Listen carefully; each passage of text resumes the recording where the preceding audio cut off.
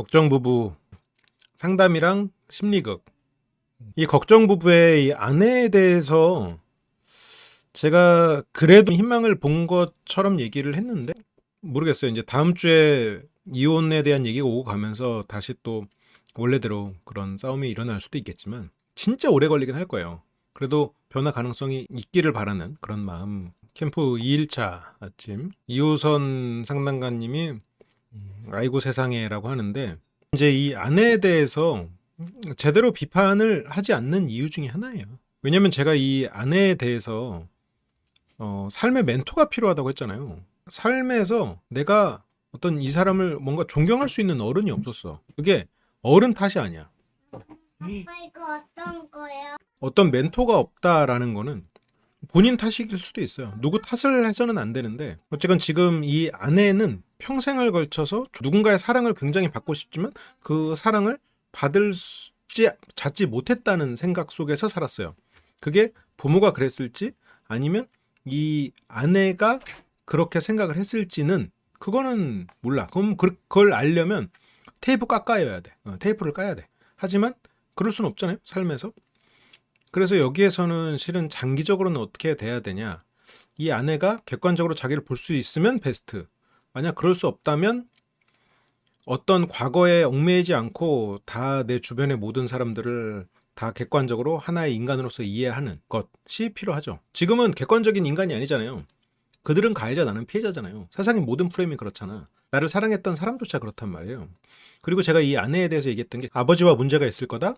아버지와 문제가 있기 때문에 아버지로부터 나를 지켜주지 않았던 어머니, 무기력한 어머니를 그렇게 살고 싶지 않아서 굉장히 두려움 속에서 살았고, 그래서 남편이 아버지 같은 모습이 조금이라도 나오면 갖다 그냥 들이받아버리고, 결국은 그래서 아내는 아버지 같은 모습을 오히려 닮아가는 프로세스를 밟아간다라는 얘기를 그 첫 번째 했었잖아요. 근데 이번에 심리극에서 그런 얘기가 나오더라고요.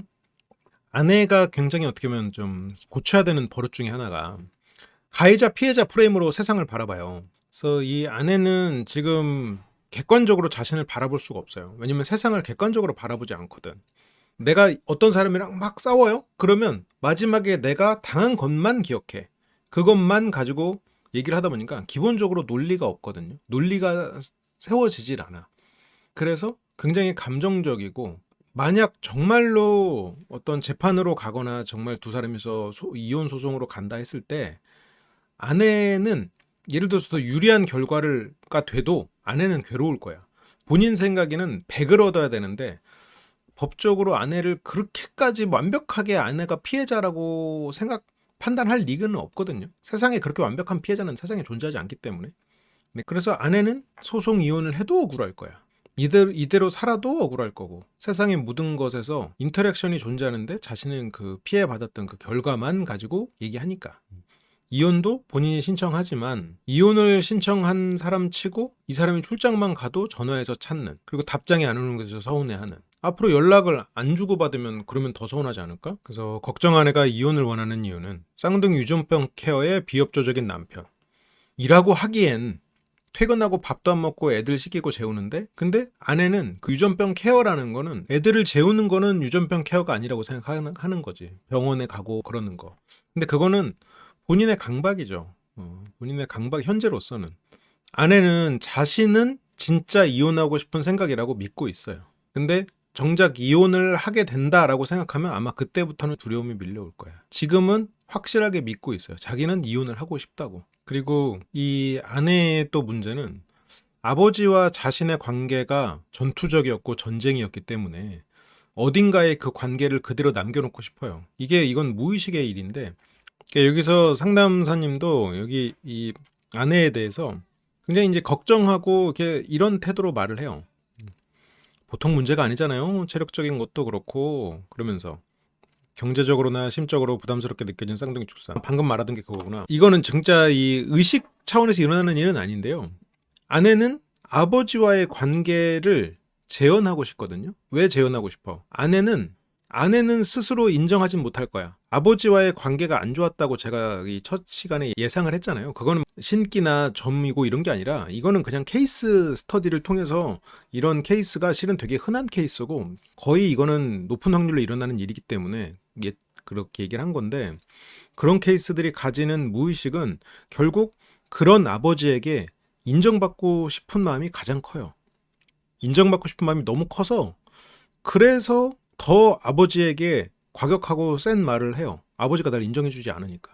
근데 그렇다면 아버지에게 인정받고 싶어 죽겠어. 아버지와 그리고 그런 갈등을 막 빚었어. 그러면 결국 이 아내의 인생에 있어서 가장 중요한 것 중에 하나는, 가장 큰 결핍은 아버지에게 인정받지 못한 것이에요. 어머니가 나를 지켜주지 않은 것이야. 두 가지예요. 결국 인정 욕구와 사랑받고 싶은 마음이 있지만 그게 약간 다르지. 그러면 이 아내가 경험한 인생의 사랑은 아이러니하지만 아버지와 본인 사이에서의 그 갈등하는 순간이거든요. 부모와 인터랙션이 일어났던 순간. 그래서 그 상태를 유지하고 싶어요. 근데 자기 남편은 아버지 같지 않아. 그러니까 처음에 이제 이 사람과 안정적인 가정을 이룰 수 있을 거라고 결혼했겠지만 이 사람을 아버지 같은 존재로 만드는 방식으로 유도하거나 아니면 내가 아버지 같이 살거나 둘 중에 하나의 방식으로 부모와 나의 관계를 다시 재현하려는 시도를 합니다. 근데 이거는 굉장히 무의식적인 일이야. 제가 이 얘기를 걱정 부부에서 하는 이유가 이 다음 부부에서도 비슷한 맥락이 나오거든요. 아버지와의 나 사이에서의 문제를 남편을 통해서 재현하려고 하는 시도, 아내를 통해서 재현하려는 시도, 이런 것들을 한단 말이에요. 그래서 남편에게, 그러니까 남편을 무기력하게 만들어버려. 무기력하게 만들려고 만든 건 아닌데. 그러니까 이게 결국 그래서 그 정말 의식적으로 스스로를 다잡고 이겨내려고 하지 않으면 무의식은 우리를 교묘하게 괴롭힙니다. 그게 의식 차원에서 일어나는 게 아니니까 의식에서는 저 새끼가 나쁜 새끼야라고 의식적으로 생각해. 하지만 무의식에서는 네 부모가 이렇게 살았으니까 너도 이렇게 살아야지 라고 무의식은 우리를 조종하죠. 그러니까 우리가 무의식을 스스로가 읽어내긴 힘들지만 내가 왜 이런 발작 버튼이 있을까? 내가 왜 이런 상황에서 저렇게 행동했을까를 스스로 곱씹어 보면서 객관적으로 자기를 보다 보면 내 무의식을 읽어내진 못해도 유추할 수는 있어. 아, 내가 이런 부분에서 결핍이 있었겠구나. 이런 부분에서 내가 어쩌면 두려움이 있었겠구나. 아내가 가진 두려움은 엄마처럼 사는 거. 결핍은 아빠에게 아빠에게 인정받고 싶은 거. 그렇죠? 해롭지만 익숙한 방식이고 그게 방어적인 기전이라기보다는 익숙한 상황에서 사랑받고 싶어. 익숙한 상황을 재현하면 그게 내가 사랑을 갈망했던 순간이란 말이에요. 거기에서 인정받고 싶지. 예를 들어서 그런 거예요. 여러분들이 연기자예요? 영화배우야? 그럼 영화배우로서 청룡영화상을 타고 싶지? 근데 청룡영화상을 못 타고 갑자기 뭐 최고 코딩상을 받았어. 별로 안 좋아. 어쨌건 내가 영화계에서 인정을 못 받아도 영화계에서 나를 인정해주길 바라는 거야. 내가 가진 꿈이 그거였다면, 그걸 오랫동안 가지고 있었다면, 내가 30년 동안 영화배우를 해도 상을 한 번 못 받았어도 예를 들어서 갑자기 저쪽에서 무슨 뭐 코딩상 준대. 뭐 주면 좋지만 그게 그렇게까지 기쁘진 않거든요. 내가 못 받았어도 30년 동안 갈망했던 그 상을 받고 싶은 거야. 30년 동안 갈망했던 아버지의 인정이 중요해. 그렇다면 아버지 같은 사람에게 인정을 받거나 아니면 내가 아버지가 되거나요. 그러니까 그래서 무의식이에요. 무의식. 우리가 제3자 입장에서 보면 그나마 보이거든요. 물론 무의식을 읽어낸다는 거는 실은 거의 뭐 불가능에 가까운 일이죠. 근데 그런 케이스를 많이 보거나 나를 객관적으로 볼 수 있다면 그러면은 보이죠. 내가 왜 요즘에 잠을 못 잘까? 내가 왜 이런 일이 있을 때 잠을 못 잤지? 그래서 제가 상담을 할 때도 월요 상담 많이 보신 분들은 알잖아요. 그 단서를 모으기 위해서 이것저것 확인을 해나가잖아요. 그리고 이 사람의 어떤 변화가 있으면 그게 언제부터 그랬는지, 그전엔 어땠는지 하면서 그걸 객관적으로 보려고 한단 말이에요. 그러다 보면 단서가 탁 튀어나올 때가 있지. 아, 이 사람이 지금 그것 때문에 두려워하는구나. 상담사님도 지금 이 아내분이 뭔가 팩폭을 한다고 해서 될 사람이 아닌 걸 아는 거야 지금. 팩폭을 해가지고 이 사람을 깨닫게 할 수가 없는 거예요. 왜냐면 이 아내분은 어때요? 내가 아이 병 때문에 병원에 가서 우리나라 최고의 전문가 권위자가 말을 해줘도 자기가 안 듣고 싶으면 안 들어요. 자기가 이 아이들이 아픈 것으로 남편에게 큰 소리를 치고 그리고 자기의 말이 발언권을 얻고 그리고 자기가 진정한 피해자가 될 수 있다면 권위자의 말도 안 들어. 그러니까 여기서 상담사님도 이게 생각해봐요. 이 아내보다 문제가 없는 사람들 많았어요. 그래도 팩폭하고 센 말 했단 말이야. 이 아내한테는 안 해. 아내한테 하면 이 아내는 그게 필요한 게 아니야. 지금 이 아내는 피해자 프레임에 갇혀서 못 빠져나오는 사람이기 때문에 그거에서 건져주려면 맨 처음에 얘기했잖아. 이 사람한테는 멘토가 필요하다는 게 바꿔 말하면 멘토가 없었다는 얘기예요. 근데 보통 멘토는 누가 멘토가 돼주죠? 물론 그건 시기에 따라서 다르지만 일단 부모님이 멘토 역할을 해주고 그 다음에 세상에 나가서 뭐 좀 멋있는 친구, 선배 아니면 선생님 이런 사람들을 찾죠. 이 아내 인생에서 그게 없었어. 부모님이 멘토 역할을 할 수 있었던 분들이겠지만 아내는 그런 부분을 겪지 못한 거지. 너무 불안하다. 그래서 남편이랑 시댁 식구들 같은 경우에 너무 간결하게 생각하고 지금 그거를 계속해서 곱씹는다고 해서 해결이 안 되거든요. 근데 아내는 해결을 원하는 게 아니거든. 아내는 해결을 원하는 게 아니에요. 내가 피해자라는 것을 인정받는 것이 중요하지. 아버지에게 인정받는 것이 중요하죠. 더 나아가서는 그 전에 아버지에게 인간으로서 인정받는 게 궁극적인 목표였죠. 근데 그게 안 되니까 그 다음에 뭐야? 아빠에게 내가 얼마나 힘들고 불쌍한지를 인정받고 아빠가 나를 케어해줬으면 좋겠다는 생각이지. 그러면 나는 이만큼 피해자라는 거를 알려야 된단 말이에요. 그게 대리 미나우제 되는 거죠. 그게 검사했을 때 안 아픈 사람 없다. 근데 일단 검사했을 때 안 아프다고 했잖아요. 권위자가 일단 그렇게까지 신경 쓰지 말라고 했잖아. 그래서 아내는 자기는 불안해 죽겠는데 주변 사람들은 편안하다. 근데 그게 물론 불안도도 굉장히 높은 사람은 많지만 내가 피해자가 맞아야 되는데 자꾸 의사들이 그 정도까지 피해자는 아니니까 신경 쓰지 마세요. 아니 내가 아이들에서 신경을 안 써버리면 나는 피해자가 아닌걸? 이렇게 아이들이 아파가지고 내가 이렇게까지 고생하고 이런 사람인걸? 엄격한 부모님 밑에서 자란 아이들 중에는 그 초자가 너무 큰 나머지 규범적 사고가 너무 크고 기대감이 너무 커서 이상과 현실의 괴리가 너무 커져버린 나머지 나는 그걸 못해요 아빠. 그러니까 날 있는 그대로 인정해 주세요. 라고 하면서 같이 성장하고 이해해가는 부모가 있는가 하면 나는 그걸 못해요. 왜냐면 나는 피해자라서요. 아빠의 기대에 난 못 미쳐요. 왜냐면 아빠는 가해자시니까요. 이렇게 해서 자신을 피해자 프레임에 씌워서 그 강력한 초자에서부터 벗어나는 방식을 쓰는 사람이 있죠. 피해자 프레임은 많은 경우에서 도피처가 되죠. 다른 사람을 탓할 수 있으니까. 내가 이렇게나 잘하려고 했는데 내가 이렇게나 인정받을 수 있는 사람인데 그러니까 내가 시험에서 100점 맞으면 인정받아요. 근데 내가 시험에서 0점 맞았어. 그러면 나는 실력이 없는 바보 취급을 받을지 모르죠. 두렵겠지. 그러면 어때요? 뭔가 피해자가 돼야 될 거 아니야. 누군가가 가해자가 존재하면 내가 0점이어도 나는 충분히 노력했고 나는 충분히 대단한 사람이라는 그 가치를 지킬 수가 있단 말이에요. 그래서 피해자 프레임을 스스로가 찾아가요. 근데 넌 피해자가 아니라고 하면 뭐 얼마나 넌 피해자가 아니야. 넌 0점짜리야가 돼버린단 말이야. 난 피해자야. 원래 0점을 맞을 사람이 아니야. 이렇게 스스로를 보호해야지. 어떤 프로세스인지 알겠죠. 그래서 결혼 후에 너무 많아진 변수. 인생에서 항상 가해자가 필요한 인생이면 얼마나 힘들까. 그치. 그게 얼마나 힘들겠어. 그리고 또 하나는 가해자가 필요하다는 거 생각하잖아. 스스로는. 본인은 가해자들밖에 없다고 생각해. 세상 모두가 가해자라고 생각해. 이게 지금 이 아내분이 주변 사람들 모두를 그 순간순간 괴롭게 만들거든. 경찰들, 쿠팡 직원들, 뭐 동네 사람들, 남편, 어머니 뭐 다 그렇거든. 근데 그 사람들은 아내를 마주할 때 괴로워. 아내는 숨 쉴 때 괴로워.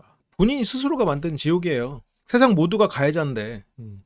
그러니까 남편한테도 막 뭐라고 하잖아요. 둘이서 방에 있을 때 막 뭐라고 하는 게 내가 이렇게 피해를 받고 이런 저런 가해자가 있는데 너는 왜 나를 지켜주지 않니? 자기가 아빠처럼 굴면서 남편에게 아빠 역할을 얘기하고 있지. 참 입체적이죠? 아빠도 나를 안 지켜줬지. 아빠 나한테 욕하고 아빠 나를 버리려고 했거든? 너도 똑같은 새끼. 아빠한테 하고 싶었던 비난, 요구를 남편한테 때려박아. 본인은 아빠처럼 굴면서. 아이러니한 삶이죠. 그러면서 불안도도 높아지니까 불안은 곧 뭐죠? 통제지? 그러니까 통제 욕구가 높아지고 근데 통제 욕구가 높아지니까 통제할 수 없다는 것을 더 깨닫고 괴로운데 그 괴로운 거에는 스스로가 원해서 괴로운 것도 있다. 하지만 본인은 절대 모른다. 내가 피해자인데 가해자일 수도 있다는 생각을 어떻게 해요?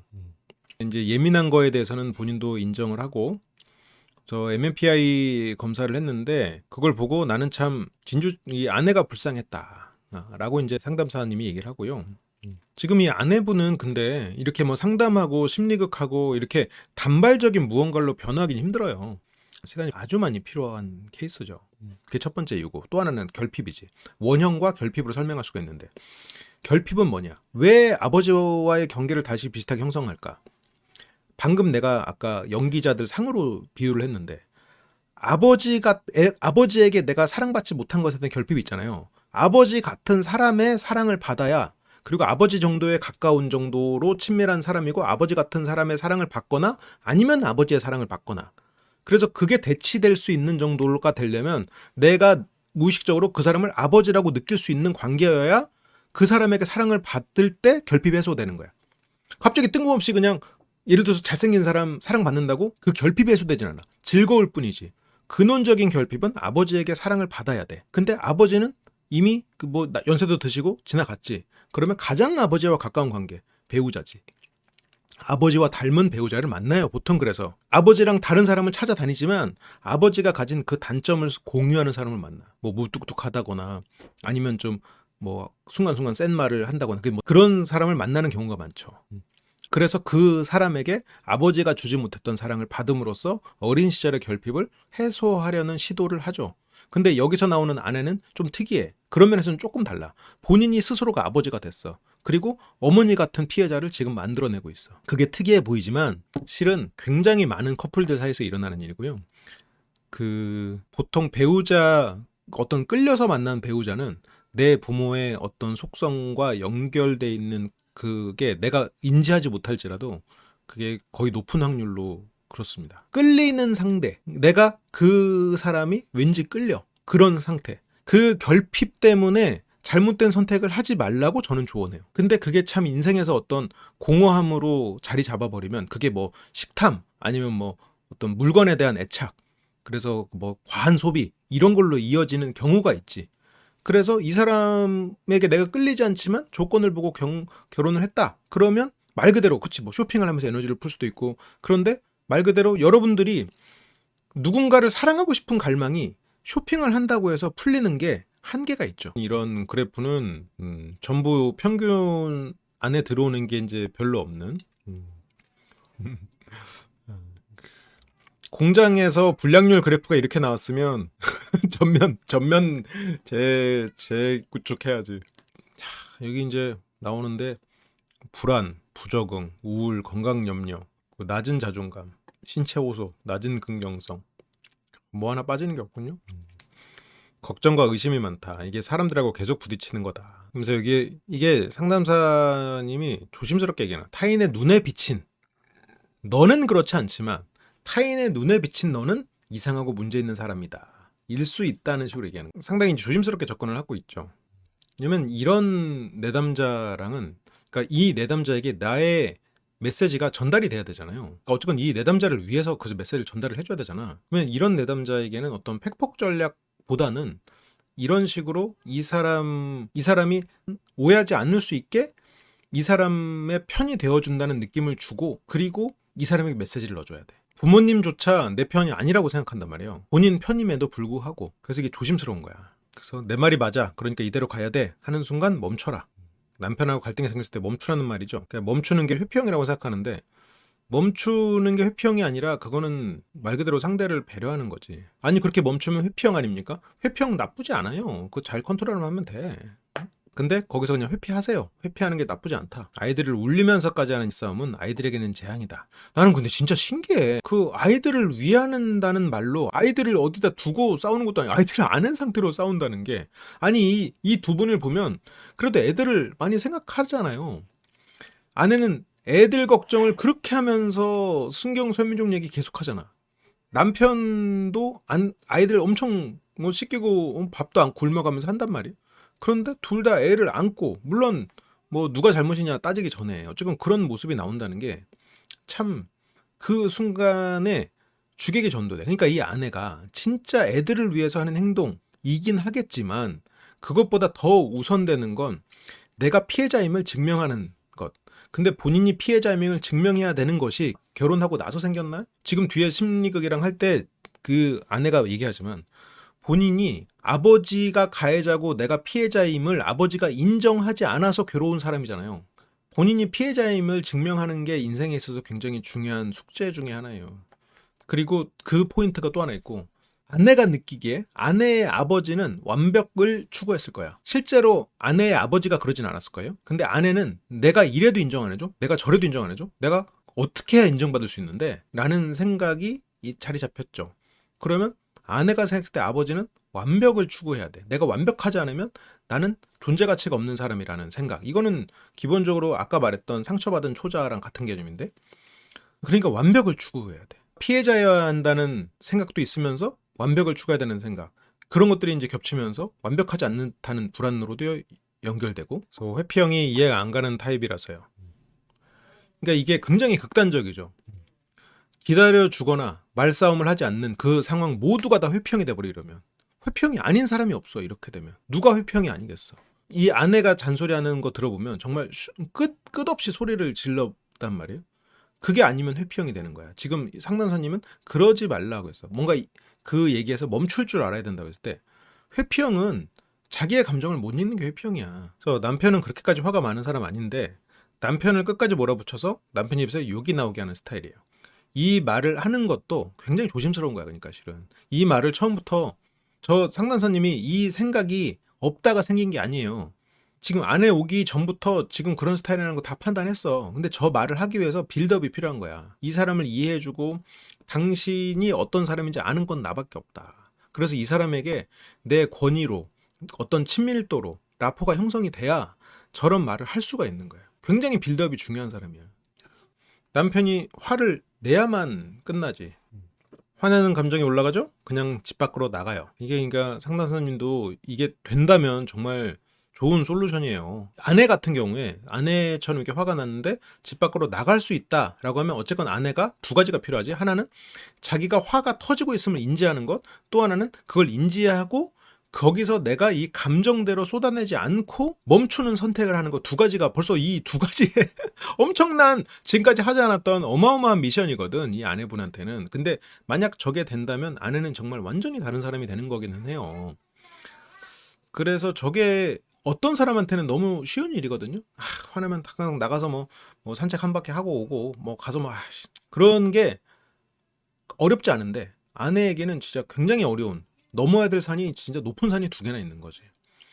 아마 상담사님도 저게 될 거라고 생각하고 말씀하지 않으셨을 걸 같기는 한데, 그쵸. 아내가 지금 맞아. 너무 쓸데없는데 에너지를 쓰고 있다는 것 자체가 문제일 수도 있어. 아내분 같은 그런 환경에서 자란 분들 중에는 맞아. 그게 어떤 예술적으로 승화되는 경우도 있고 그 에너지를 다른 방식으로 쓰는 경우가 많죠.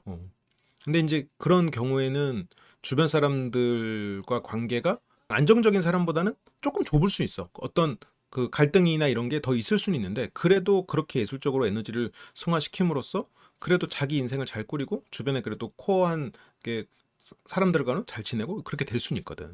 근데 지금 이 아내는 지금 온통 그 어디에 쓰고 있어. 쿠팡, 경찰 뭐 이런 데다가 쓰고 있단 말이에요. 그리고 그래서 지금 아내한테 이 솔루션을 줬는데 이 솔루션 근데 아마 상담사님도 이제 이렇게 되면 되는데 과연 될까? 뭐 그 생각은 하실 거예요. 이 단계까지만 갈 수만 있으면 그렇다면 뭐 거의 해결된 거지. 근데 여기까지 가는 게 진짜 쉽지 않은 길이야. 갈등 상황이 있을 때 아내가 심리적으로 얻는 보상이 있거든요. 그게 참 아이러니한 거지. 본인도 그걸 자기가 보상을 받고 있다고 생각하지 못해. 근데 이 아까 이제 이 걱정 아내에 대해서 우리가 전 시간 이렇게 쭉 얘기했던 그 프로세스를 이해하면 내 무의식을 들여다볼 수는 없어도 유추할 수는 있습니다. 유추를 하면 스스로 컨트롤 해야겠다는 생각도 들고 그게 컨트롤하는 것으로 이어지지. 아내의 반복되는 잔소리에 결국 남편이 화를 내는. 그래서 물론 아내는 절대 아니라고 했지만 남편은 말했잖아요. 아내가 쿠팡이든 어디든 갈등이 있고 오면 사람이 좀 평온해진다고 했다는 말이에요. 그게 뭐랑 비슷해요? 굶은 사람 먹은 사람이랑 비슷하잖아요. 그러면 뭐야? 갈등 상황이 아내에게는 식사야. 어떤 욕망의 충족이에요. 갈등이 욕망의 충족이야. 근데 갈등이 왜 욕망의 충족이 됐죠? 앞에서 말한 프로세스. 갈등 상황이 이 아내에게는 사랑받는 것에 대해서 실마리를 주는 거니까. 수치심이 안 들죠. 피해자인데 수치심이 왜 들어? 그건 또 피해자랑 연결돼 있고. STC 검사를 했군요. 문장 완성 검사를 했고요. 남편의 검사 결과는 돈 얘기가 많습니다. 내가 지금보다 돈을 많이 벌었다면 행복했을 것이다. 내가 행복하려면 돈이 전제 조건이다. 지금 나에게 필요한 건 금전적인 문제 해결. 돈은 살아가는 데 꼭 필요하다. 감정적으로 생각하기를 멈추고 본인의 가치나 어떤 정서적인 행복은 포기했네요. 포기했어. 어떻게 한편으로는 본인에 대한 삶의 의미는 존재하지 않겠네. 남편은 그냥 아내랑 싸우는 문제도 돈 문제만 해결되면 아내의 예민함이 반으로 줄어들 거라고 생각하거든요. 부족한 월급이 갈등의 원인이라고 생각한다. 물론 월급이 부족하면 뭐 미래가 불안하니까 더 예민해질 수는 있는데 근본적인 문제 해결이라고 돈이 많은 지금 저렇게 5대 병원 다 돌아다니면서 이렇게 검사받고 하려면 저것도 만만치 않은 지출 아닌가? 어느 집이나 경제적으로 쪼들리면 갈등이 더 커지고 불안이 더 높아지는 거는 사실이긴 하지. 근데 부족한 월급이라는 거 치고 지금 이 부부의 삶은 뭐 윤택하다고 말하기까지는 어렵지만 그렇게 막 돈이 쪼들리는 사람들의 가정 같아 보이지는 않거든요. 그렇게 병원을 많이 다니고 그리고 배달 음식을 그렇게 먹고 이런 거를 보면 그렇게 보이지는 않는단 말이지. 그리고 남편은 이게 돈이 문제다라고 하는 그것 중에는 내가 돈을 벌러 나가는 것으로 나는 내 의무를 다한다라고 이 현재 문제를 밖으로 나가는 것에 대해서 명분을 삼고 말 그대로 이 집안에서 도망치고 싶은 마음을, 그러니까 책임이 있는 사람이 도망치고 싶기 때문에 이 두 개를 절충해서 융합한 게, 이 집에서는 도망치고 싶어. 그래서 나는 돈을 벌러 가는 거야. 돈을 벌면 될 거야. 그렇게 하는 것도 좀 있는 것 같아요. 그렇게 됐을 때 남는 거는 이제 본인의 몸이 망가지는 일로 이어질 수도 있겠지. 그러니까 기본적으로 회피적인 성향이 있는 사람은 맞아요. 근데 막 그렇게까지 문제가 되는 사람은 아닌데 대리운전까지 뛰고 힘들지 않냐라는 거에 차라리 몸이 힘든 게 아내에게 욕먹는 것보다 나아요. 아내로부터 도망치고 싶으면서도 책임감 때문에 도망칠 수 없어. 그러니까 돈을 버는 것은 두 가지를 다 충족시켜주는 일이잖아요. 그러면 아내랑 왜 살아요? 애들 엄마이기도 하고 제가 선택해서 결혼한 거니까. 근데 이거가 아이들이 이제 커나가면서, 그래서 아내가 스트레스 주는 것도 있긴 하지만 아내가 주는 스트레스를 제가 줄일 수 있다고 생각하는 거죠. 뭐 이런 마음을 가진 분이니까 또 그런 아내와 또 사는, 또 그게 또 어떻게 보면 이게 참 이걸 잘 맞는다고 해야 돼, 아니면 뭐 아이들 유전병 문제는 아내가 받아들이길 기다리며, 아내를 정말로 이렇게 아끼고 아내가 믿을 수 있는 그런 어른이 의사 선생님이어서 저런 말을 해준다. 그러면 아내가 수긍할지도 모르는데 어느 의사 선생님이 그런 관계를 해줘요. 그러니까 이제 상담사님이 사는 게 버겁죠.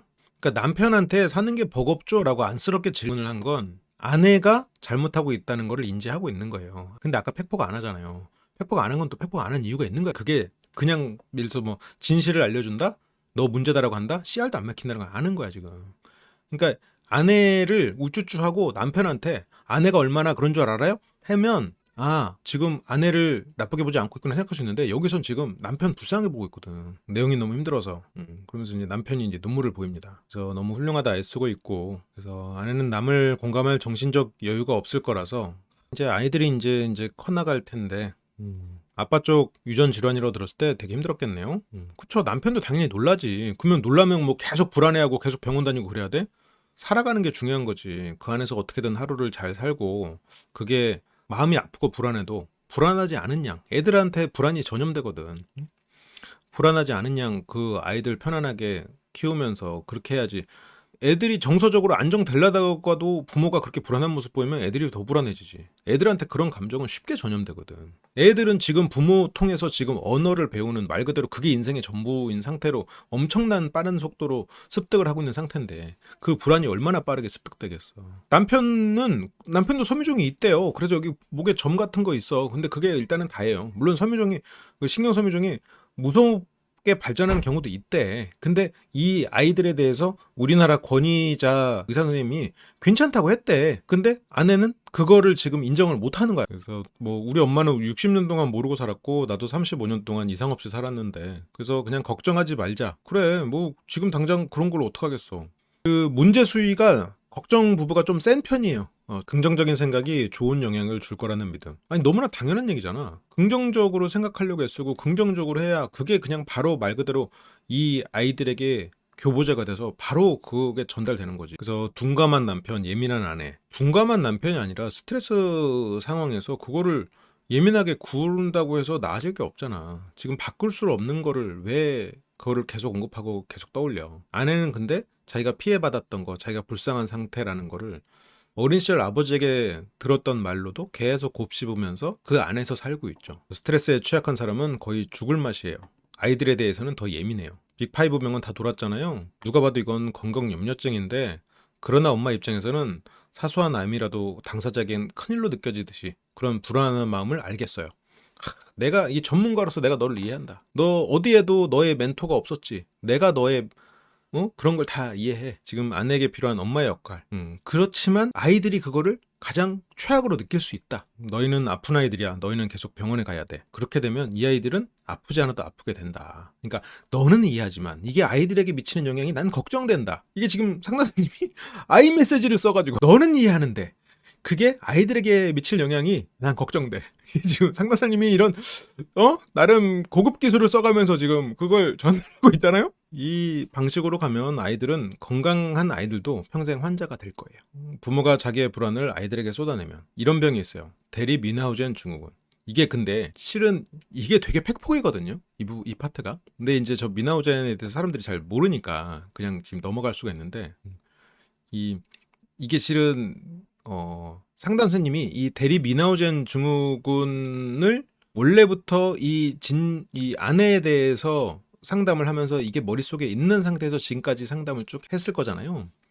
그렇게 생각하면 실은 이 아내가 말하고 있는 아이들에 대한 고통, 본인이 피해자라고 생각하는 이런 것들에 대해서 상담사님은 훨씬 더 피해자이고 싶어하는 사람이구나라고 판단을 한 거야. 자녀의 고통이나 질병을 과장하여 타인의 관심과 동정을 받으려는 행동. 너는 남들에게 관심과 동정을 받고 싶어 하고 있어. 네 애들이 아픔으로써.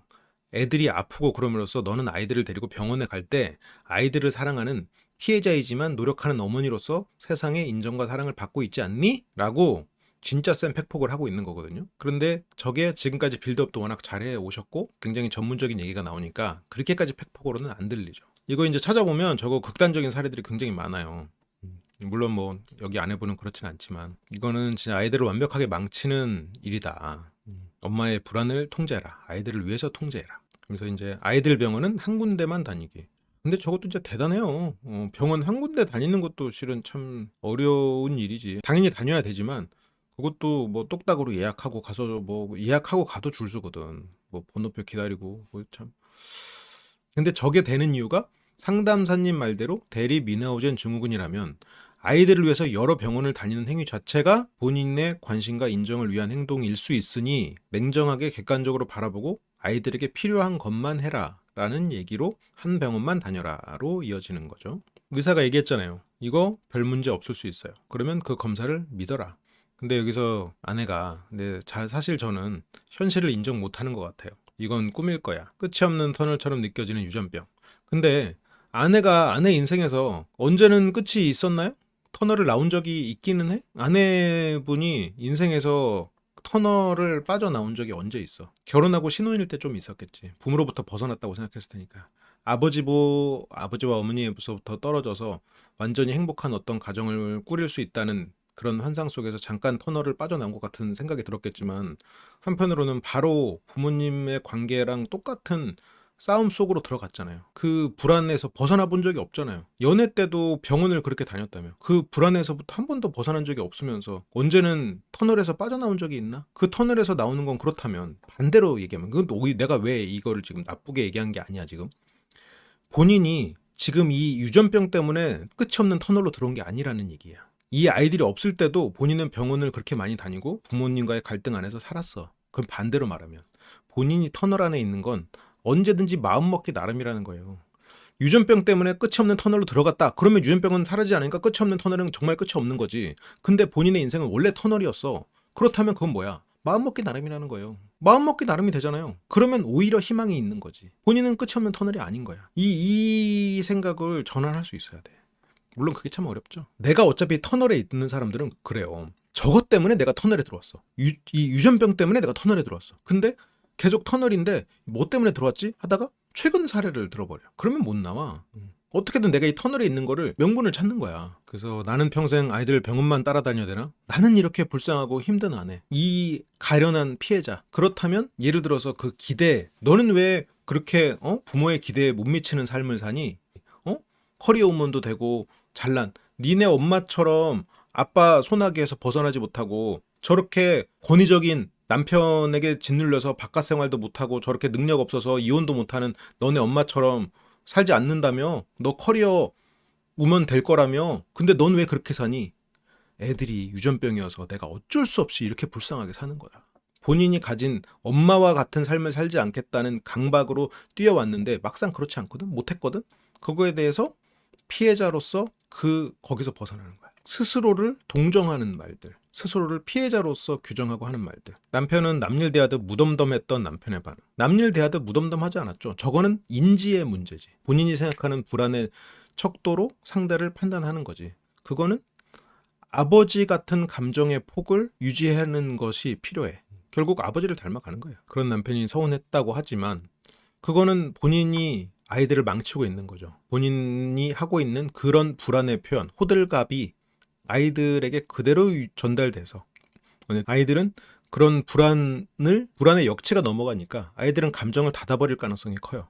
감정 표현이 오히려 적은 아이들이 될 가능성이 커. 아니면 똑같이 예민해지거나. 그래서 혼자 고군분투한다고 써있지만 본인이 만든 싸움이에요. 혼자 고군분투한다기에는 남편이 돈도 벌고 회사가 끝나면 남는 시간에 육아도 해. 혼자 고군분투 아니죠. 그래서 여기서도 상담사님이 쌍둥이 육아 보통 일 아니에요. 일단 다독이기부터 시작을 하죠. 거기다가 아이가 아프다는 걸 알잖아요. 그런 엄마들은 2, 3년 미쳐있어요. 당연한 거예요. 또 나는 너를 이해한다. 근데 진짜 핵심은 뭐냐면 자신을 돌볼 겨를이 없었어요. 아내는 지옥에 살고 있구나. 아내를 이렇게 다 이해해주고 있지 지금. 목숨만 딱 붙어있는 지옥의 불구덩이 속에서 홀로 견뎌내고 있는 아내. 아내가 생각하기에 얼마나 적합한 문장인가. 이렇게 홀로 견뎌내고 있는 걸로 인정받고 그 피해자임에도 불구하고 지금 이걸 해내고 있는. 여기서 이제 아빠 얘기가 나오죠. 여기서 아빠와 나는 함께 있으면 어색하고 불편한 존재이다. 나의 학창 시절은 불행했다. 결혼 생활은 불행하다. 견뎌냄의 영속이었다. 근데 저거는 본인의 기준이죠. 본인의 기준이야. 누군가 그러니까 이 아내랑 같이 있을 때 견뎌내고 있는 남편. 견뎌내면 실은 남편 쪽이긴 하지. 아내에겐 편안함이 한순간도 없었어요. 그건 맞아. 그러니까 아까도 말했죠. 터널 속에 있는 사람이야. 이렇게 평생을 한 번도 편하지 않게 산 여인이 있을까? 본인이 지옥 안에 살고 있으니까 그러니까 이제 저렇게 탁 이해해주고 탁 이렇게 지옥에서 살았고 정말 어떻게 그렇게 힘들게 살았어 이렇게 또 딱 하니까 아내가 마음이 열리잖아. 지금 아내가 마음이 열려가지고 결혼할 때 집에서 경제적으로 받은 도움이 없어요 이러면서 자기 얘기를 하잖아요. 엄마는 결혼도 네 돈으로 알아서 해라. 어학연수는 네가 돈 벌어서 가라. 정말 아내를 소외시켰던 부모님이라기에는 지금 돈 한 푼 안 받고 상주하면서 손주를 봐주고 있어요. 그런 걸 보면 헌신적이지 않아서 저랬던 게 아니라 진짜로 돈이 없어서 그랬을 가능성이 전 높다고 생각해요. 진짜로 여유가 없어서 그랬을 것 같아. 그래서 지금도 여기 어쨌건 장모인 거죠. 친정어머니가 몸으로 때우고 있잖아. 용돈 한 푼 안 받아가면서 물론 몰라 용돈을 받는지 모르겠는데 그것 때문에 서운하다고 했으니까 그걸로 추정해보건데 용돈을 안 받고 와가지고 몸으로 때우고 있단 말이야. 그거 쉽지 않은 일이에요. 어학연수는 네가 돈 벌어서 가라. 그렇게 할 수 있는 집안이 아니었을 수 있지. 어학연수가 그렇게 쉽게 갈 수 있는지 않아요. 어학연수 뭐 다들 가는 것 같지만 여기 아내도 뭐 요즘 20대는 아니잖아요. 지금 이 아내가 지금 30대면 한 10년 전 얘긴데 그때 어학연수면 가는 사람도 있고 안 가는 사람도 있고 못 가는 사람이 많았던 시대야. 어학연수가 그렇게 쉽게 갈 수 있는 거 아니에요. 씩씩했구나. 중3에서 고1 넘어갈 때 아빠가 엄마한테 전년 학교 보내는 돈 아까우니 보내지 말자 라고 했는데 자 이것도 뒤에 심리극에서 조금 더 디테일한 얘기가 나와. 이 말만 들으면 아빠가 야 전년 고등학교 좀 보내지 마 그냥 갑자기 이렇게 한 것 같잖아. 이 말만 들으면 그런 것 같아. 갑자기 고등학교 가는데 야 전년 학교 보내는 돈 아까우니까 보내지 말자 이랬던 것 같잖아. 근데 뒤에서 더 디테일한 얘기가 나와요. 심리극에서 뭐가 나오냐면 할머니 병원비 얘기가 나와. 학원비 대신에 할머니 병원비를 대자고 얘기가 나와. 그러면 이 아내분에게 들어가는 돈을 빼서 할머니 병원비로 써서 너 학원을 다음 달부터는 학원 다니기가 좀 힘들겠다. 할머니 병원비로 대야겠다. 근데 아내는 어땠을까? 자기 학원 그만두게 하는 게 싫었겠지. 그래서 아버지랑 갈등이 생겼겠지. 아버지 성격 세고 딸 성격 세니까 싸움이 났겠지. 아버지는 어때요? 내 엄마잖아 어쨌건. 딸이고 야 너는 그냥 학원이고 집에서 공부해도 되는 거 내 엄마가 죽게 생겼어. 병원 가야 돼. 어떻게 그걸 이해를 못 해주냐? 딸은 나 그럼 공부하지 말라는 거야? 어떻게 그래? 할머니는 할머니고 내가 아빠 딸이야 라고 하면 아빠는 그 인간미 없는 딸의 말에 화가 나겠지. 그러니까 야 전현 학교 보내지 돈 아까우니까 저런 년 가르쳐서 뭐해? 야 보내지 마. 이렇게 되지 않았을까? 라고 소설을 써봤어. 물론 이 아내가 그렇지 않겠지. 그냥 이런 케이스 그냥 소설을 써봤는데 그러니까 고등학교 보내지 말라 소리가 아니라는 얘기예요. 그러니까 이 아내분 얘기가 아니라 이 아내분이 들었던 저 아빠의 말을 한 아빠의 어떤 다른 집이라면 이런 일이 있었을 수도 있지 않을까 뭐 그런 생각을 해본 거죠. 솔직히 딸 입장에서는 자기가 다니던 학원 안 다니는 거 되게 싫은 일이야. 할머니 병원 지금 왜냐면 할머니는 병원 갈 정도라고 딸은 어린 마음에 잘 모르거든. 이제 뭐 중3이잖아요. 중3 입장에서는 잘 몰라. 그런 그 맥락이 있다는 거지. 지금 여기서도 맥락이 착착착 다 버리고 나오니까 저게 아내가 남편에게 하는 방식이랑 똑같은 방식이야. 남편과 싸우는 그 맥락에서 남편이 한 욕만 딱 대자보에 적어가지고 붙여놓잖아요. 그게 아내 머릿속에서 일어나고 있어. 평생 아내 머릿속에 일어나고 있는 일이에요. 상대와 내 상황에서 내가 상대에게 상처 준 거는 쏙 빼고 내가 상처 받은 것만 머릿속에 뭐 뇌 속에 마치 각이 나듯이 새겨버려. 얼마나 괴롭겠어요. 그거를 몇십 년을 해오고 있는데 인생이 얼마나 괴로운 상태겠어. 얼마나 인생이 억울하겠어. 지금 저 말에 대해서 그래 뭐 아빠랑 이렇게 싸웠고 그때 내가 참 철이 없었지. 아빠도 뭐 그렇게까지 말하냐. 그래도 할머니 병원비도 해드리고 아빠 또 그렇게 해서 후회 없었으니까 내가 그때 참 할머니 병원비 보태드리기 잘했지. 이렇게 살 수 있으면 아무 문제 없고 오히려 자부심이 생길 수도 있는 거거든. 여기서 상담사님인데 그걸 따지고 들지 않아요. 그냥 아버지가 형편없네요. 그러니까 여기서 막 감동을 해서 울단 말이에요. 그러니까 지금 그걸 입체적으로 자신을 바라볼 수 있는 상황은 아니에요. 지금 이 아내가 그 객관적으로 자신의 삶을 조망할 수 있는 능력은 없어. 지금은 그 피해자 1인칭으로서의 사고가 너무 강하기 때문에 어쩔 수가 없지. 그러니까 여기서도 막 이제 눈물을 흘리죠. 시간이 필요하지. 아버지는 엄했겠죠. 누구처럼? 아내처럼. 아버지처럼 남편에게 잔소리를 하고 있겠지. 그리고 그 안에서 자기를 지켜주는 엄마를 원망하고 그처럼 살지 않기 위해서. 그래서 내가 이 집을 떠날 방법이 공부밖에 없겠구나 싶어서 이 악물고 자기 목표를 이뤄낸. 그래서 잘했어요. 훌륭해요. 내 아버지가 형편없는데도 나는 굳건히 일어난 사람. 얼마나 훌륭하냐. 슬픔 속에 살지 말아요. 스스로를 빛낼 수 있는 사람이에요. 그러니까 그 부정적인 에너지를 그만 쓰란 얘기죠. 그렇죠. 아이들이 아플 때 자기의 말이 옳은 게 되는 거니까. 자기가 피해자로서 인정받는 걸 원하는 거죠. 근데 그러려면 아이들이 아파야 돼. 아이들이 아픈 걸 원하는 건 아니란 말이에요. 그래서 어려운 환경 속에서 살아남은 생존자. 그래서 이거는 그 마음속에 자부심을 갖고 살아라. 자꾸 부정적인 데 신경 쓰지 말아라. 그러니까 이 아내가 내가 어떤 부분에 어려움이 있고 힘든지 딱 집어내셔서 맞춰준 부분이 많죠, 실은. 그래서 제 마음이 열렸던 것 같아요. 마음을 여는 작업을 한 거야. 이 마음을 여는 작업을 해야 남편에 대한 얘기도 뭐 전달을 할 수가 있고 이제 그럴 수가 있으니까. 남편하고 했던 얘기, 돈에 관련된 얘기, 벌금이나 미납고지서 그리고 월급 내역을 공유하지 않고 아내가 씀씀이가 크다 보니까 경제권을 넘기지 않았다. 그러니까 남편이 경제권을 넘기지 않는 이유는 씀씀이가 크기 때문에. 그래서 월급과 관련된 걸 아내에게 전부 맡기면 어떻겠냐. 근데 이제 아내가 지금 씀씀이가 큰 편이단 말이에요. 씀씀이가 크다는 말에 이제 아내는 남편을 이제 노려보죠. 근데 아내가 씀씀이가 작은 사람일 리는 없어요. 왜냐면 병원을 그렇게까지 많이 못 다니거든. 본인을 증명하기 위해서 그렇게 여러 군데 다니면서 계속 얘기를 듣고 있는 거란 말이에요. 근데 씀씀이가 크다는 거에 대해서 반박을 뭐로 하냐면 물건을 사용한 후 다시 중고 거래를 하고 있다. 그래서 중고마켓에 판 게 200만 원이 넘어요. 그게 씀씀이가 큰 거야. 진짜 씀씀이가 작은 사람은 애초에 당근마켓을 예로 들진 않죠. 다 중고로 사서 쓰다가 팔았어요라고 나야 돼. 이 발상 자체가 실은 그렇게 씀씀이가 작은 사람의 발상은 아니거든요. 기준치가 다른긴 해. 그렇게 팔 물건이면 안 사는 거죠, 원래는. 그러니까 여기서도 과소비라고 얘기하지 않았어요. 지금 과소비라고 얘기하지 않았지. 그러니까 여기서 그래도 그나마 라포가 쌓였다고 제가 잘못 이해했나 봐요. 과소비라고 안 했는데 과소비라고 규정하면 어떡해. 이런 식으로 억지를 쓰니까. 근데 원래는 저렇게 억지 쓰면서 계속해서 막 다다다 해버린단 말이에요. 애초에 말이 안 통해. 근데 지금 상담사님이 그래도 빌드업을 잘 해놔가지고 과소비를 안 했어요. 딱 하니까 그래도 잘못 이해했나 봐요 하면서 그 말을 수용을 하죠. 지금 여기서 이런 식이면 아내가 경제권을 가졌을 때 이 가정은 그렇게 나아진다고 볼 수 있을까? 저거 경제권을 아내에게 주는 건 저 고지서 같은 거 아내가 내라는 의도로 지금 저걸 주는 건가? 뭐 이 아내가 과소비가 있다고 생각하진 않지만 지금 아버지에게 받은 상처와 과소비가 상관이 있을 수 있죠. 어떤 면에 상관이 있냐? 이건 연구 결과로도 말하고 있는데요. 불안정한 애착이 있는 사람은 물건에 대한 애착이 심해진다고 해요. 사람에 대한 애착이 적으니까 그걸 물건에다가 쏟는 거야. 그래서 물건에 대한 애착이 더 심해지고 그렇다 보니까 그게 어떤 물건을 사모으는 대로 이어지는 경우가 있는 거죠. 그렇죠. 과소비로 보여주기식이면 결핍이고 그게 어떤 물건에 대해서 이게 버리지 못하고 계속해서 물건의 그런 애착 일을 부여해야 된다고 해야 되나? 그렇다면 이제 그게 한편으로는 불안정 애착이고 그렇게 이어질 수도 있고 그렇죠. 월급을 다 보내고 이거 근데 경제권까지 넘기면 괜찮나? 경제권은 아내가 담당하되 가계부는 공유하기.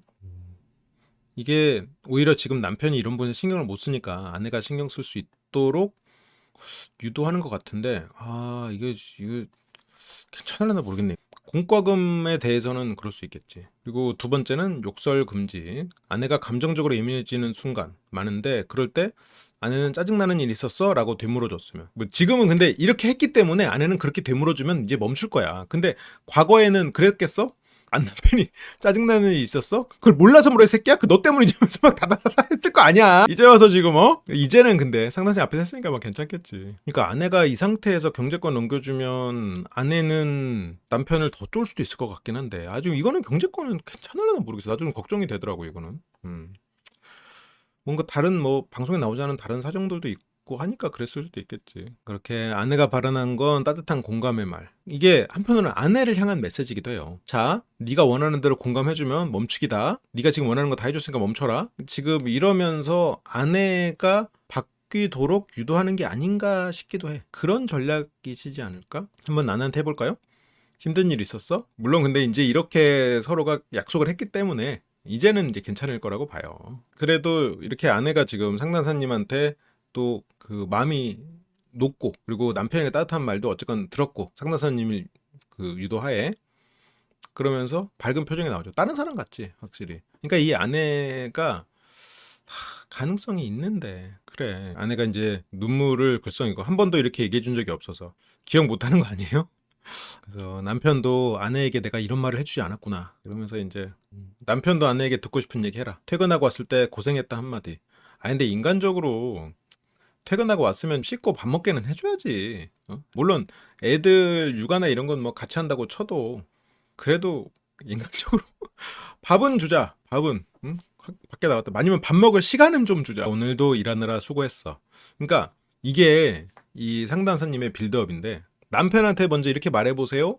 그 다음에 아내한테 말해보세요라고 하잖아요. 지금 아내한테 먼저 말해보려고 하면 왜 그런 말을 해야 되죠? 라는 식으로 반발했을 수도 있어. 근데 여기서 남편한테 먼저 그렇게 듣고 그 다음에 아내한테 자기는 오늘 쌍둥이 보느라 고생 많았어. 밥은 먹었어? 아까 탕수육 시켜 먹었어. 그렇게 조심스럽게 주고받는 다정한 말이죠. 그래 이게 어떻게 보면 막상 저거에 익숙해지면 별게 아니거든. 저게 익숙해지면 별게 아닌데 그게 참 그 부부들끼리 서로 힘으로 잘 안 되는 경우가 있어. 실은 둘이 분명히 잘 될 수 있을 것 같은데 진짜 그게 참 힘들 때가 있지. 이 부부가 원래 이렇게 예쁜 부부였네요. 후회의 눈물이었던 것 같아.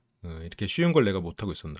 옛날에는 했어도 소용없어. 지금은 그래도 전문가가 개입해서 쉽게 느껴지는 거지. 내가 한 번도 안 했었구나 하는 생각 들었어요. 우리 부부 각자 괜찮은 사람들이에요. 누구보다 가정 지키고 싶어 하고 그렇게 오랜만에 마주한 도끼 빠진 상냥한 눈빛.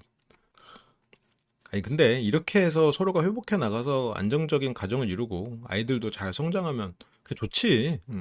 감동의 눈물. 그래서 서로 미워하는 마음만 있지 않다는 걸 알기 때문에 저도 이제 남편에 대한 미운 마음이 수그러들었고 내가 좋게 얘기하면 상대방도 좋게 얘기하겠구나. 물론 당장은 쉽지 않겠지만 또 남편은 아내가 그걸 보고 저게 문제라는 걸 인지했으면 좋겠다. 그래서 거울 치료를 하는데 남들이 볼 때는 저런 모습일 수 있겠구나. 그러니까 저게 나라고 생각하지는 않는데 저런 남들이 볼 땐 저런 모습일 수 있겠구나. 그러니까 자기는 블랙 컨슈머가 아니야. 똑똑한 사람이고 그리고 할 말을 하는 거야. 근데 저게 제3자 입장에서 보니까 지금 박하선 씨가 연기가 좀 과하다고 아마 생각하고 있을 거예요. 근데 그렇게 보일 수도 있겠다고 생각하는 거지. 많이 안 좋아 보이고 스스로 돌아보게 된 것 같다. 그러면서 이제 아내의 마음을 만나볼 차례인데 그때 아버지에 대한 상처에 대한 얘기가 나오거든요. 진주 교육비를 할머니 병원비에 쓰자. 그러니까 이게 아까 상담사님한테 했던 말보다 조금 더 진실에 가까워졌지. 이게 중학교에서 고등학교 넘어가던 때니까 뭐 아내가 뭐 전공이 뭔지는 모르겠어. 뭐 일반 교육이어도 교육비가 중학교 3학년에게 교육비가 뭐가 나가? 병원비에 쓸 정도의 돈이 애초에 나가? 중3한테 그 정도 돈을 써? 그랬다면 애초에 투자를 많이 하네 한 거야. 이 돈을 빼서 병원비에 쓸 수 있을 정도의 교육비를 이미 쓰고 있었다는 얘기예요. 어떤 사람은 애초에 내 교육비를 빼도 병원비에 도움이 안 돼. 뭐 알림장 사는 돈? 그런 돈 빼서 병원비에 보탰자는 말이 나왔겠어? 아니면 뭐 단과 학원 그 한 달에 뭐 5만 원 해갖고 각자 듣는 거 뭐 10몇만 원? 뭐 하다못해 뭐 그 단과 뭐 5과목 들어가지고 그거 뭐 몇십만 원이 학원 할머니 병원비에 쓰자갈 정도의 돈이겠어? 할머니 병원비로 돌려야 될 정도로 큰 돈이 아내에게 들어가고 있었단 얘기예요. 뭐 이번에 그 사업차 하나를 정리하자 이건 말이 돼도 할머니 병원비 써야 되니까 우리 이번 달부터 치킨 먹지 말자 이렇게는 안 되지. 이건 당연하잖아. 이건 그러니까 이거는 바꿔서 생각해야 돼요. 이 아내가 내가 할머니 병원비에 써야 된다고 말할 정도로 나는 그렇게 투자를 많이 받은 아이구나. 나는 그렇게 사랑받았었구나. 근데 우리 집이 힘들어졌구나. 라고 그걸 다시 볼 수 있어야 돼. 충분히 사랑받았던 거야. 그렇게 생각하면. 아버지는 물론 아내가 생각했을 때 굉장히 엄격하고 막말하고 권위적인 사람이었을 수 있지. 왜냐면 지금 아내의 태도를 보면 저게 아버지의 모습하고 굉장히 유사한 부분이 있을 거예요. 그렇게 이제 아빠의 모진 말을 들었다고 이제 막 그런데 그 교육비도 물론 당연히 그렇지만 그게 학교를 안 보낸다라는 뜻으로 시작하진 않았겠지. 근데 이 아내분은 전혀 학교 보내지 마 이렇게 말이 나왔다고 하잖아요. 그 말은 할머니 병원비에 쓰도록 양보하는 데 있어서 굉장히 힘들어하고 그거에 대해서 불만을 확고하게 드러내니 야 아무리 그래도 할머니 생명이 걸린 일인데 우리가 지금 돈이 없는데 그러면 그거에 또 이해를 못 해주냐. 할머니 얼마나 슬프겠어. 내가 병원 갈 돈보다 얘는 지 학원비를 챙기네. 이건 지금 아내가 울 게 아니라 아버지가 울고 할머니가 울어야 돼요. 지금 이렇게 좀만 생각하면 앞뒤가 퍼즐이 맞거든요. 아내가 객관적으로 자신의 삶을 좀 다시 볼 필요가 있겠어. 물론 본인의 꿈도 중요하고 본인의 공부도 중요하지. 경제적으로 돈이 많았다면 괜찮지. 그랬다 아무 일도 없었겠죠. 그렇지만 할머니의 병의 치료를 위해서 본인이 양보했다는 거는 본인이 한편으로는 마음이 편해질 수도 있는 일이에요. 그러면서 이제 아빠의 모진 말을 듣게 됐다라는데 딸이. 그리고 아빠가 지금 보면 말도 함부로 하고 그런 사람은 맞는 것 같아요. 지금 아내가 주변 사람들이나 남편한테 하는 걸 보면 그게 뭐 그냥 갑자기 탁 나타났다기보다는 그냥 그게 아버지나 이런 관계에서 학습됐을 가능성이 있단 말이에요. 그래서 그때 상처가 응어리로 남았어. 혹시 어머니에게 받은 상처도 있는지. 엄마랑 아빠랑 싸움이 진짜 잦았고 생활비로 다툼이 잦았던. 그래서 엄마가 10살인 이 아내한테 2만 원을 주면서 이제 엄마 갈 거야. 동생이랑 잘 살아. 이게 이제 이런 게 상처가 됐죠. 근데 엄마는 남편이랑 그렇게 싸우다가 결국 순응하는 방식을 택했을 거야. 아내분은 그런 엄마의 모습을 보면서 두려웠을 거야. 저렇게 근데 부부싸움을 할 정도의 집에서 할머니 병원비로 빼야 되나 말아야 되나 정도의 교육비를 투자했다는 건 실은 굉장히 큰 투자죠. 잘 사는 집에서 교육비를 투자한 것도 아니고 돈 때문에 싸움이 나는 그런 집에서 교육비로 병원비로 빼야 될까 말아야 될까를 걱정하는 정도의 규모의 교육비가 중학교 때 투자되고 있었다는 얘기야. 그 많은 투자를 받고 있었던 사람이지. 어느 게 병원비로 쓸 수 있을 정도의 교육비가 나갈까? 그러면 중학교 때 학원을 간다는 것도 실은 그것도 좀 특혜라면 특혜잖아. 그리고 어머니에 대한 상처가 그렇게 크니까 기본적으로 불안도가 커졌고 불안도가 커지니 더 관심 받고 버려지기 싫다는 마음 때문에 더 계속 불안이 커지고 그러니까 통제 욕구도 심해지고 내가 공부를 잘해야 엄마가 집을 안 나가는데 내가 지금 공부 못하면 엄마 집 나가는데 라는 생각 때문에 공부를 못하게 하는 아빠가 더 미웠겠지. 그러면 이거는 진짜 악순환을 누가 시작으로 말하기도 힘든 거야 지금. 그러니까 아내도 이해가 돼요. 그러니까 아내가 이런 부정적인 생각의 시작이 10살 때 느꼈던 버려질지 모른다는 공포. 그리고 그러니까 나는 공부를 해서 내가 잘 돼야 된대. 근데 공부를 못하게 하네? 그래서 아내가 고지서에 민감한 것도 그래서 되게 미안했다. 그렇게 엄마의 가출 이후 불안이 높아졌고 상처는 그대로다. 이게 문제야. 아직 성장하지 못했어. 보통 이게 많은 사람들의 문제죠. 마음 안에 모든 곳이 성장하진 않거든. 그래서 여기에서 이제 마주하는 그날의 상처라고 하는데 나는 이거 조금 안타까워요. 이 심리극은. 이게 실제가 아닌 상황을 실제처럼 구성을 해버렸거든. 갑자기 진주 저거 공부시키지 마. 아까워 죽겠어 돈이. 이랬겠냐고. 응? 우리 어머니가 몸 편찮으시니까 제 공부시키지 말고 그 돈으로 어머니 도와드리자. 예를 들어 학교를 보내지 말자고 했겠어. 그랬겠어. 저거 부모 입장에서 애 학원비를 빼서 병원비로 써야 되는 그런 상황은 부모 입장에서 가슴이 미어집니다. 부모 입장에서 애 학원을 못 보내는 그런 상황이 되면 지금 없는 살림에도 학원을 보낼 정도로 애 교육에 상당히 열의가 있던 부모였어 오히려. 그렇잖아요. 이 정도로 지금 가난한 뭐 부유하지 않은 집안이잖아요. 경제적인 것 때문에 싸움이 나죠. 그런데 저 정도의 교육비를 투자했다면 교육에 굉장히 열의가 있는 집인데 애 공부에 열의가 있는 부모가 애한테 교육비 학원이든 뭔지 모르겠어요. 교육비를 쓰지 못하겠다는 것을 인정해야 되는 상황에서는 실은 굉장히 괴롭죠. 그날의 상처가 다시 떠오르는데 그냥 어머니 챙겨줘야 될 것 같아. 여기서 이게 앞뒤가 맞지 않는다는 얘기야. 그러니까 저기서 갑자기 뭐 저거 공부시키지 마. 아무 일도 없이 부모님 병원비가 우선이지. 애초에 저거 공부시키지 마 하는 사람이 애초에 교육비를 왜 대? 교육비를 왜 내겠어? 애초에 그런 부모면 교육비를 안 내지. 그러니까 나가서 일을 해도 되는데 두려움이 있는 것 같기는 해요. 본인이 그러니까 나가서 일을 할 때 아내는 그 부분이 있어. 남편하고 싸울 때 나는 어디든 가서 일할 수 있다고 막 말하거든요. 근데 정작 나가서 먼저 일을 구해라 하면 아내가 안 구해. 이거 좀 중요한 포인트예요.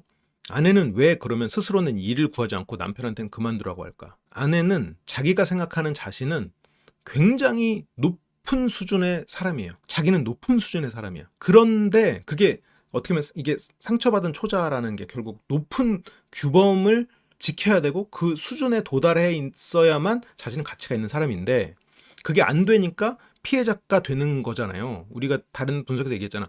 피해자로서 스스로를 유치하는 이유는 앞에서도 말했지만 내가 피해자여야 그 높은 수준에 도달하지 않은 것에 대해서 명분이 생긴다고 했잖아요. 그러면 본인은 피해자라는 건 높은 수준에 도달하지 못했기 때문에 피해자여야 된다는 부분이 있잖아.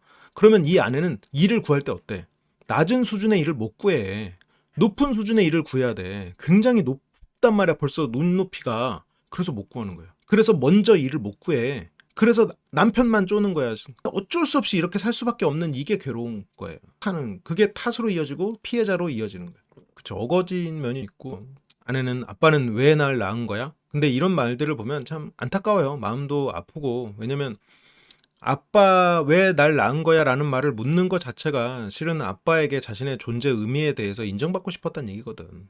근데 그 인정받기 위해서 자기가 100점의 모습을 보여야 돼. 지금 현재 아내가 100점짜리인가? 수능 만점을 받아서 그 코스를 밟아가는 사람의 인생을 살 수 있나? 그게 더 좋은 삶이라는 건 아닌데 사람이 100점 아니어도 되거든요? 근데 아내는 어쨌건 100점으로서 인정받고 싶은데 안 되니까 피해자로 되는 거야.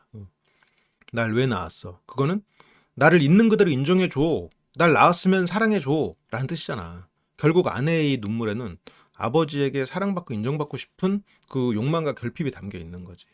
나 자신이 태어난 그 가치와 의미를 이제는 스스로 찾아야 되는데 이 말이 여전히 아버지의 사랑을 받고 싶은 곳에 머물러 있다는 얘기예요, 이게.